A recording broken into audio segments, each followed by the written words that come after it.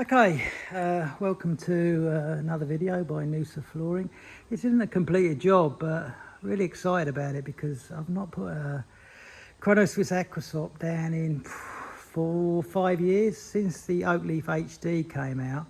I pretty much left this one behind, but it's super water resistant, and this was an insurance job. Yeah, basically water poured in through that back office and destroyed it was a solid floor. I think it was spotted gum, I'm not sure.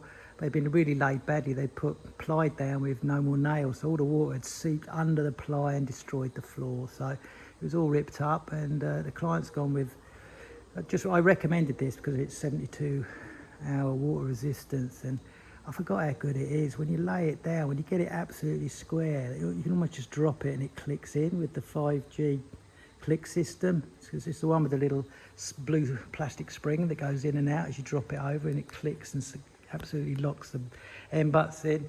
So yeah, I thought I'd do a quick mid-run. This is the kind of midway through the job. The client's going to get it all painted, and then they're buying new skirts, and we're going to sand all the arcs down and restain them.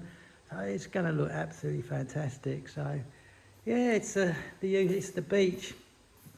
I think 95% of all the Aquastops I put down has been beach in the 14 mils. Put loads up on first floor buildings on yellow tongue because it's so rigid, this stuff, and stiff. 14 millimetres thick. The boards weigh 7 kilos each. You only get 3 of the pack. You can't bloody carry the packs. So yeah, we're going to sand this stair back. No point in, you could have, done it in Aquastop, but it matches all the other staircase. You've got to stop somewhere. So we're going to put L trims down there. We're going to put T's in here. We'll do all that after we've painted. It's a little office here. This is where all the water came pouring in from. It's a real steep slope, goes up there, and I reckon the water's just bombed down and soaked through somehow, but that's all going to be rectified. And it goes up to another level. We're going to sand that down. Cupboard it wasn't really floored before. We've gone in all the way round.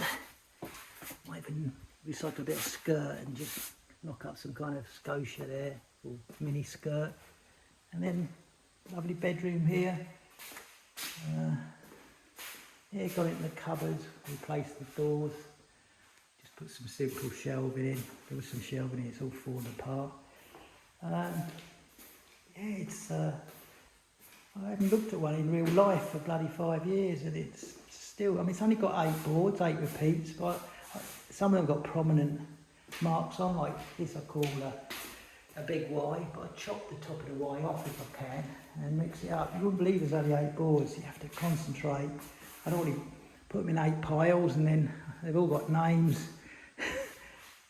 Big knot, double knot, long line, double line, top knot.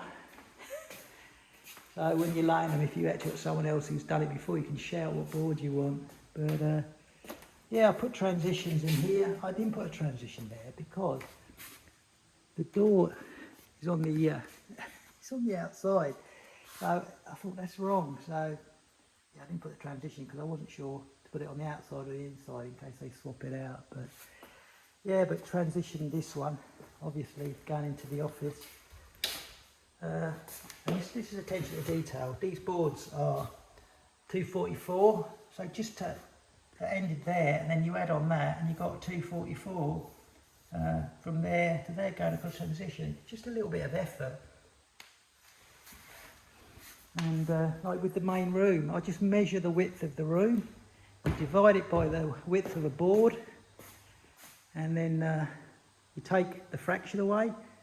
You measure the width of the room, divide it by the width of the board, take the whole number off and leave the fraction, multiply that by the width of a board. So that will give you what's going to be left over if you started with a full board. So it might be, 55 mil. But then you add a full board to it, which is 244, so your board is going to be at least half a board, so you're not going to end up with slivers. So when you get that, add the full board in, divide by 2, and you'll then start, I think that was a 200, worked out at 200, and then you end with a 200. But it's not rocket science. And I actually calculated how these posts were going to work out, so I knew there wasn't be tiny slivers in front of them. And we've gone under the stairs.